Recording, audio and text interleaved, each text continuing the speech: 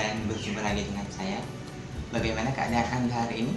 Saya harap baik-baik saja dan selalu semangat, sehat, dan terus belajar. Baik, materi kali ini yaitu tentang materi simulasi dan komunikasi digital. Ya, di sini kita akan membahas tentang bagaimana melakukan penggalian ide. Ya, di dalamnya nanti ada penjelasan tentang logika, algoritma, dan alur bagaimana cara kita menyelesaikan sebuah masalah. Oke, silakan tonton video saya dan jangan kemana-mana. Selamat menikmati.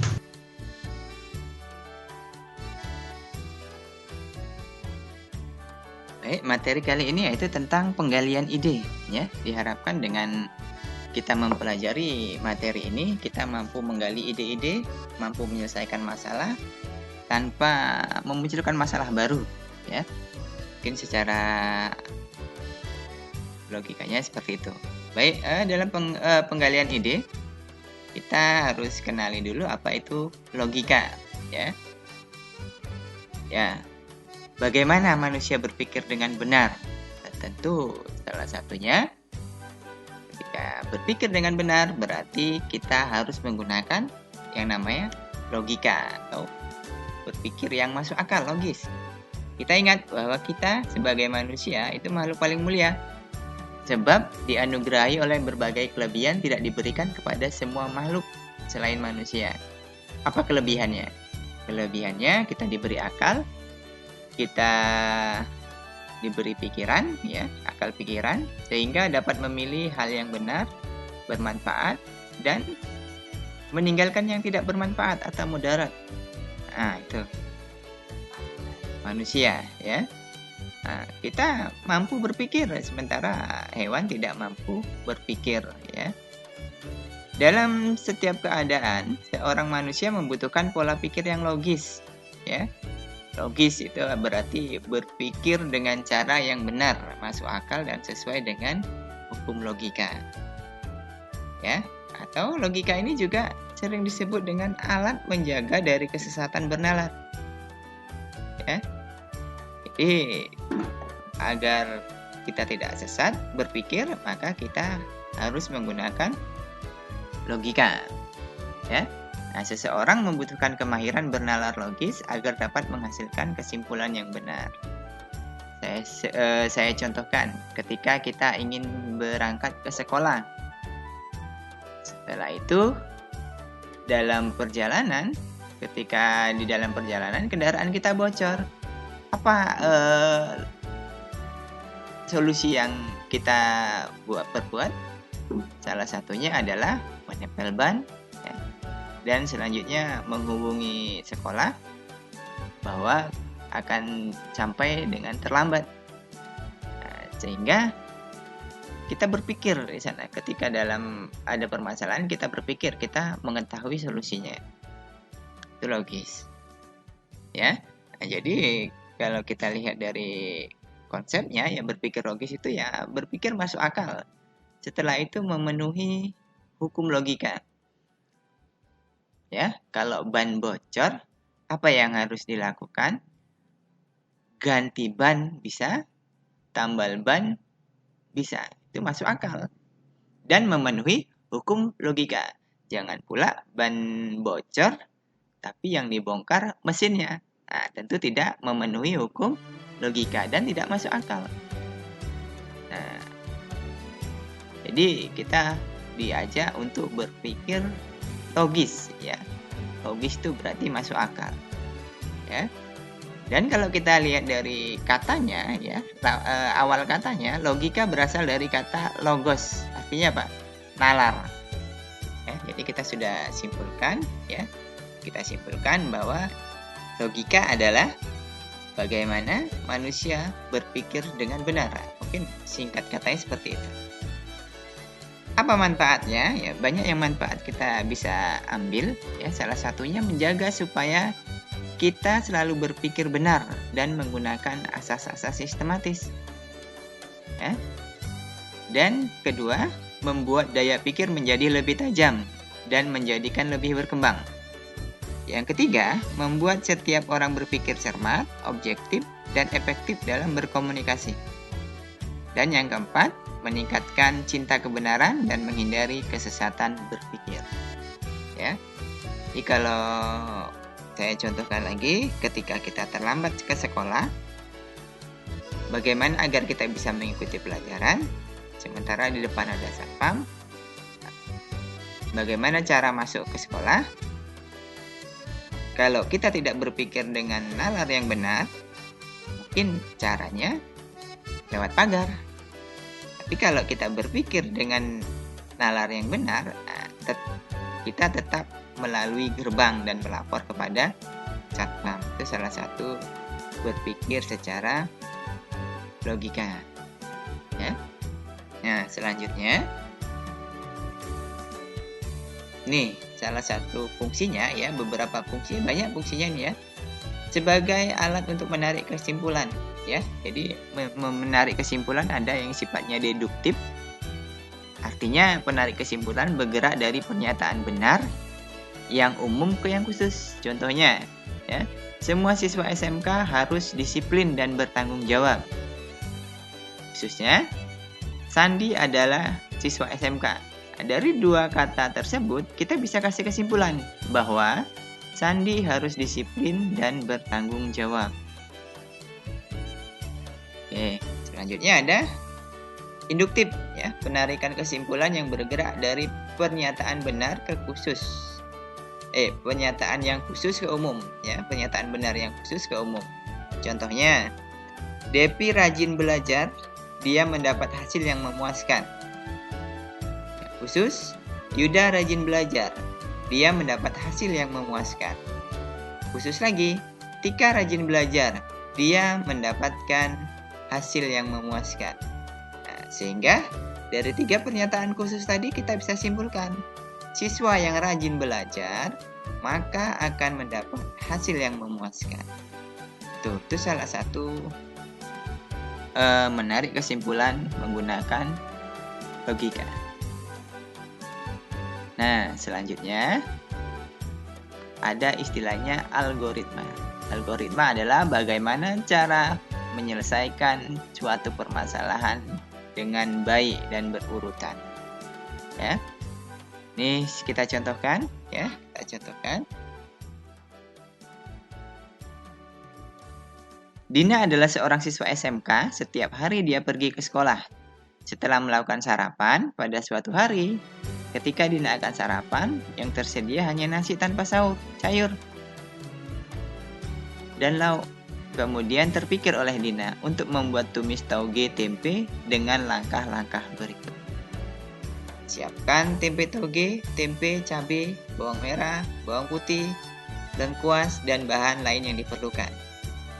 Langkah kedua, iris bawang merah, bawang putih, cabai, dan lengkuas. Langkah ketiga, panaskan minyak dan dan masukkan semua irisan bahan. Keempat, goreng tempe sebentar. Kelima, tambahkan toge, kecap manis, garam, dan sedikit air. Keenam, aduk hingga semua bumbu meresap. Ketujuh, cicipi rasanya. Jika terdapat rasa yang kurang, tambahkan bumbu lain secukupnya. 8. Tumis toge, siap dihidang.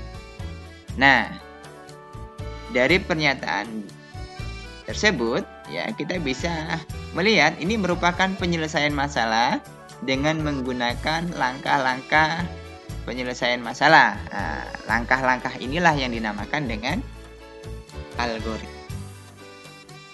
Ya, jadi algoritma ini, urutan-urutan ini bisa kita buat menggunakan bagan alir, boleh space code, ya, atau bahasa pemrograman, ya. Jadi algoritma ini, urutan-urutan itu kita bisa gunakan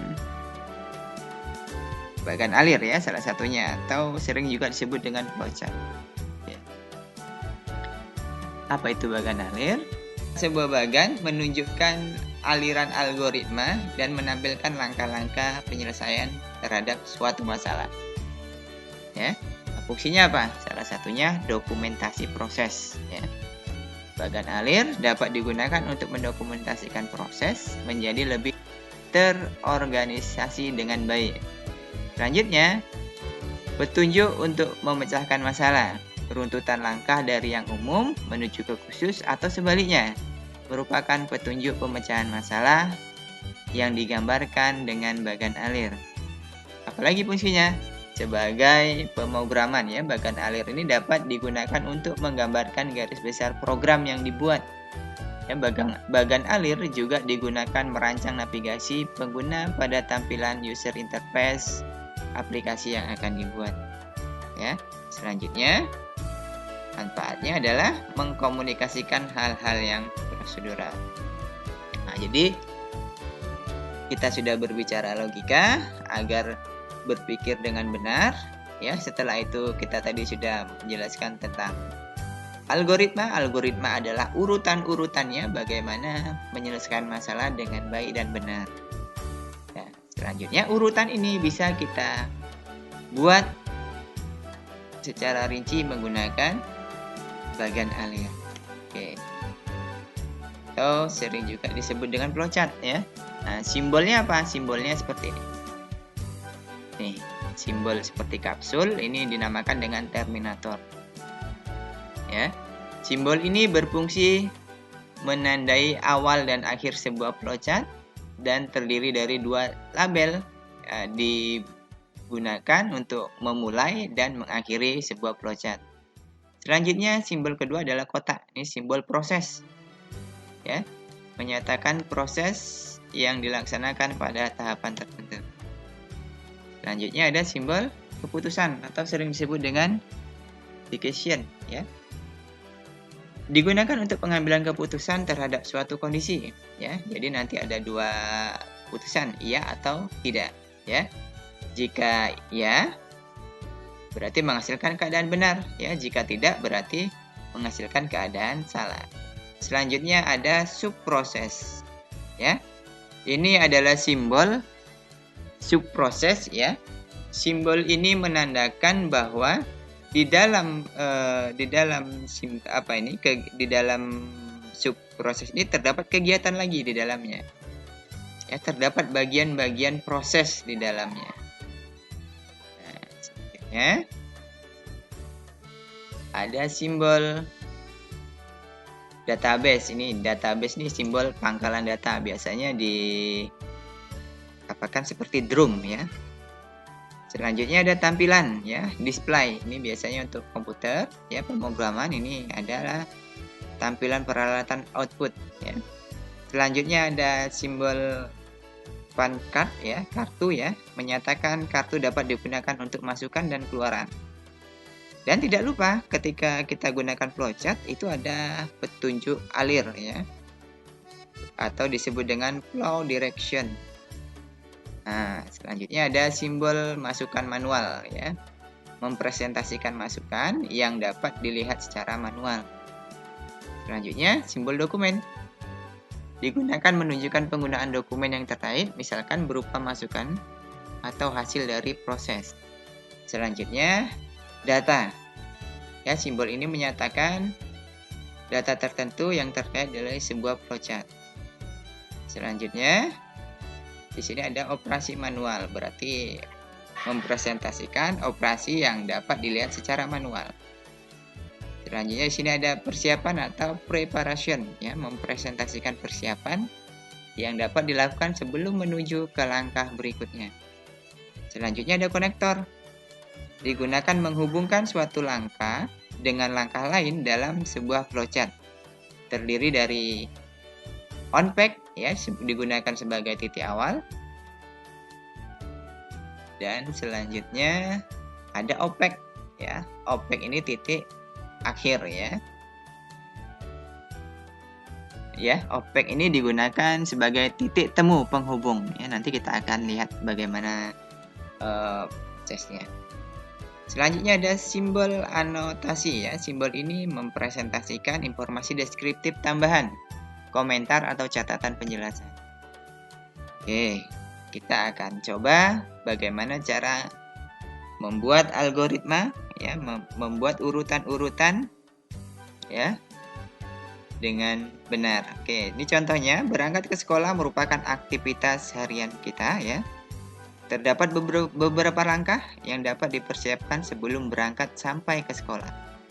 Ya, kegiatan ini bisa kita buat bagan alir seperti ini. Nah, yang pertama persiapan sekolah.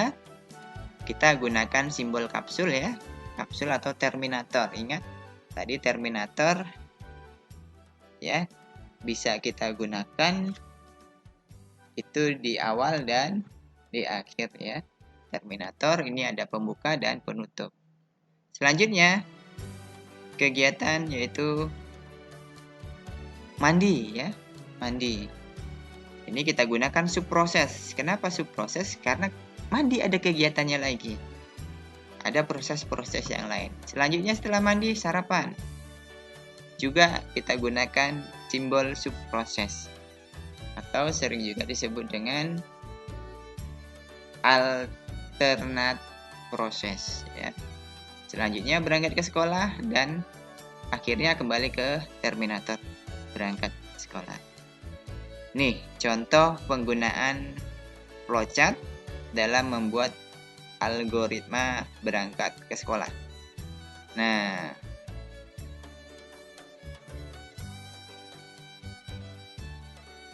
selanjutnya, tadi sudah saya sampaikan bahwa ada subproses, ya, mandi. Nah, sekarang kita coba membuat proses yang ada di dalam kegiatan mandi tadi, ya.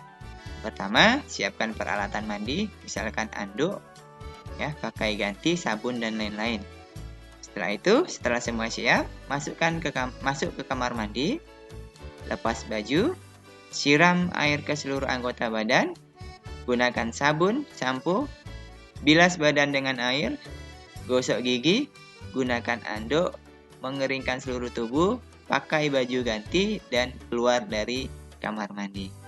Bagaimana flowchartnya? Bagan alirnya. Flowchartnya seperti ini, ya. Siapkan peralatan. Siapkan peralatan, simbol apa yang kita gunakan?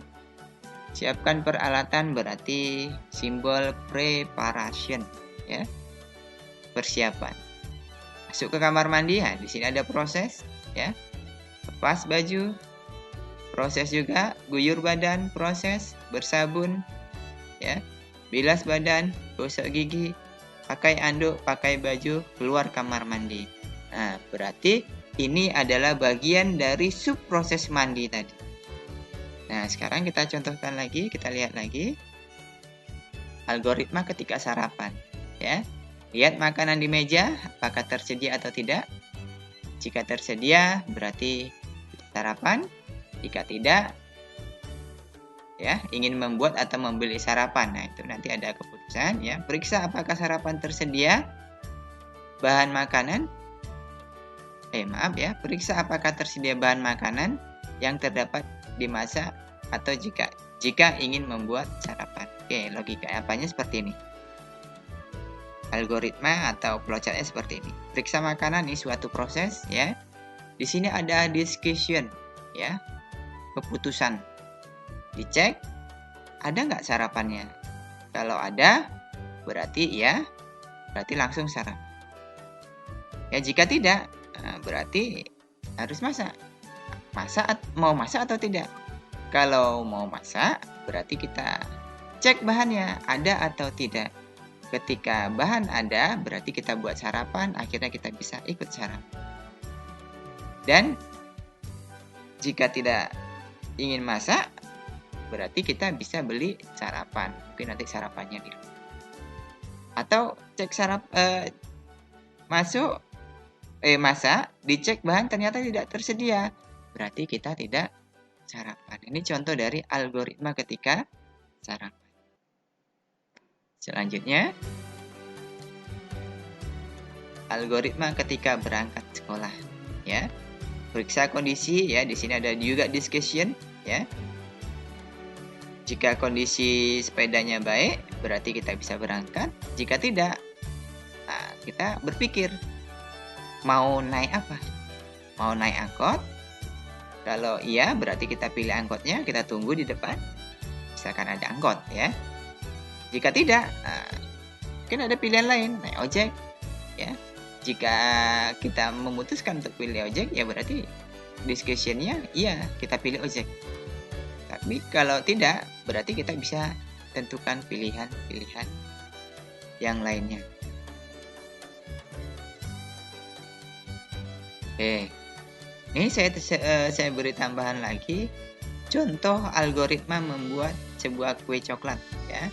Yang pertama, persiapkan peralatan seperti adonan, oven, pengocok telur ya. Setelah itu sediakan bahan seperti tepung terigu, margarin, coklat bubuk, gula pasir dan cocoa chip ya. Tentukan komposisi bahan. Setelah itu kocok margarin dan gula halus hingga lembut. Selanjutnya ayak terigu dan coklat bubuk, lalu masukkan adonan. Masukkan dalam plastik segitiga, semprot pada loyang yang telah dioles margarin, semprot bentuk bulat, lalu pipihkan dengan punggung sendok plastik. Taburi cocoa chip, panggang hingga matang. Angkat kue dan hidangkan. Nah, ini adalah urutan-urutannya. Agar lebih jelas, ya, kita bisa buat algoritma seperti ini. Sini ya ada terminator ya, simbol terminator, start ya, mulai. Di sini ada tahap persiapan, berarti kita gunakan preparation ya, siapkan bahan. Setelah itu di sini simbolnya adalah yang kita gunakan simbol data ya. Data ya, atau komponen yang akan kita masak ya, terigu, margarin, coklat dan sebagainya. Selanjutnya muncul proses ya, terigu, margarin sebagainya. Selanjutnya muncul proses ya, kocok margarin dan gula hingga lembut. Tambahkan kuning telur dan kocok hingga rata. Ayak terigu, bubuk dan coklat bubuk, kemudian masukkan ke adonan dan aduk rata. Nah, di sini ada simbol. Simbol ini adalah simbol on pack ya. Ini on pack atau sebagai penghubung. Misalkan nanti kita membuat sebuah flowchart, satu lembar nggak cukup, jadi lembar berikutnya kita bisa gunakan simbol on pack. Nah, nanti untuk penghubungnya berarti kita gunakan simbol opaque ya. Ini digunakan sebagai titik temunya dari sini tadi. Ini misalkan di dalam 2 halaman. Ya, selanjutnya masukkan dalam plastik segitiga ya, kita ikuti prosesnya. Nah, di sini ada discussion ya. Artinya kita ketika dipanggang kita cek sudah masak atau tidak. Jika tidak, berarti kita tunggu lagi. Dia ada kembali lagi. Jika iya, berarti kita hidangkan. Artinya sudah selesai ya. Ini alur-alur dalam membuat bagan alir ya. Ini kita contohkan membuat bagan alir. Nah, referensinya kita bisa lihat, ini buku referensi yang bisa kita ambil ya untuk lebih memahami lagi. Nah, selanjutnya ayo kita lakukan praktek flowchart menggunakan Microsoft. Jadi simbol-simbol flowchart tadi bisa kita buat menggunakan aplikasi Microsoft Word. Bagaimana caranya? Oke, kita lihat langsung seperti ini. Ya, kita berada di Microsoft Word. Untuk membuat flowchart, kita menggunakan tab Insert ya. Di sini sudah ada Save ya. Kita klik.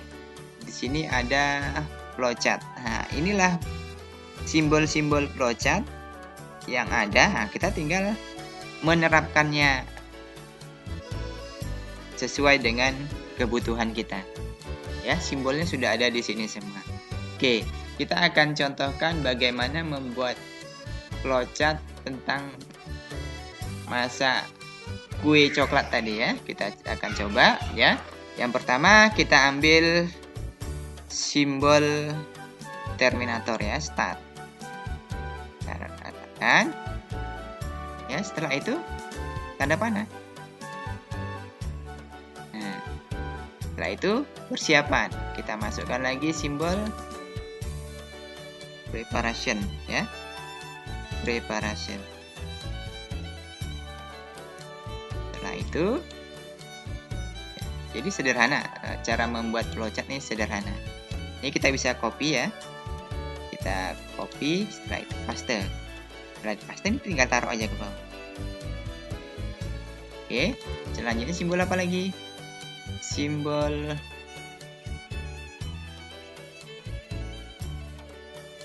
flowchart ya, simbol data. Ya. Tadi kita masih punya file yang tersimpan, paste aja lagi. Ya, panah ini juga harus jelas ya. Setelah itu proses ya, simbol proses. Pewarnaan gimana? Pewarnaan kita bisa atur sendiri sedemikian rupa. Ya. Oke. Kita bisa langsung buat aja lagi. Untuk mempermudah kita, misalkan prosesnya sama, kita tinggal klik di sini. Klik.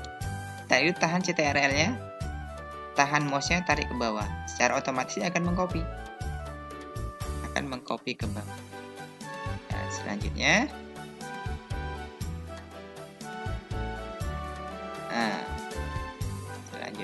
ada yang bulat ya, atau disebut dengan konektor ya.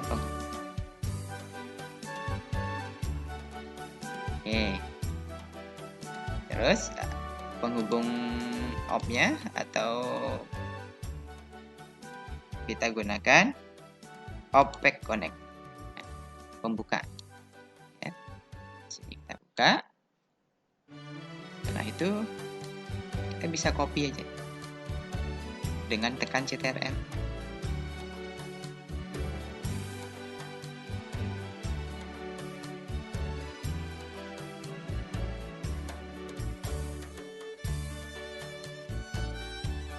Nah, selanjutnya ada tombol discussion ya, discussion. Atau istilahnya keputusan. Kita ambil flowchart discussion. Nah, selanjutnya apa lagi?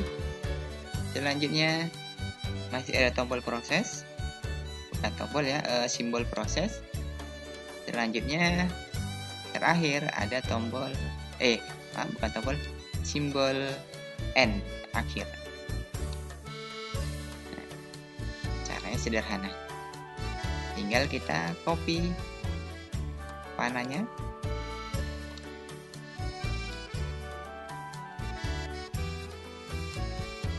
Kita copy ya, tinggal tarik aja ya, tekan CTRL. Tarik seperti ini.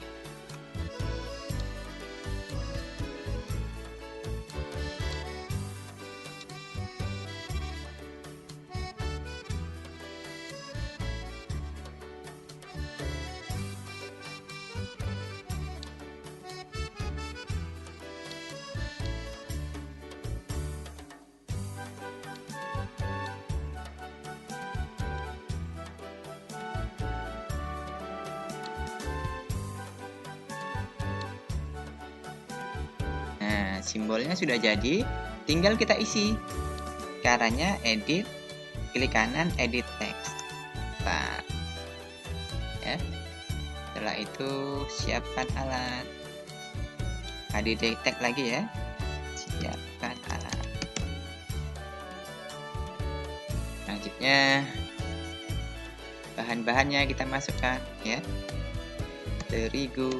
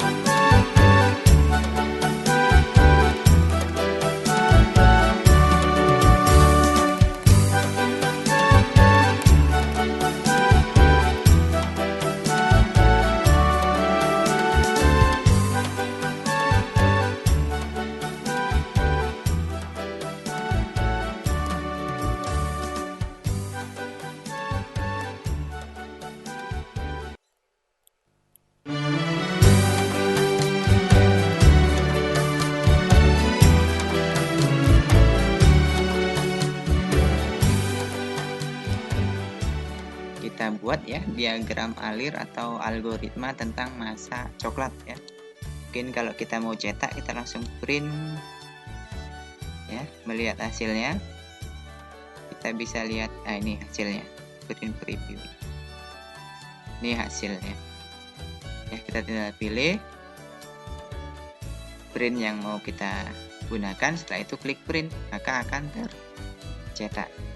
Ya, ini adalah langkah-langkah membuat flowchart menggunakan Microsoft Office Word ya. Untuk pewarnaan gimana? Pewarnaan kita tinggal desain sesuka hati ya. Kita klik di sini maka muncul format. Klik format. Nah, kita bisa gunakan pewarnaan yang di sini. Jadi kita tinggal pilih aja mana yang baik menurut kita. Ya.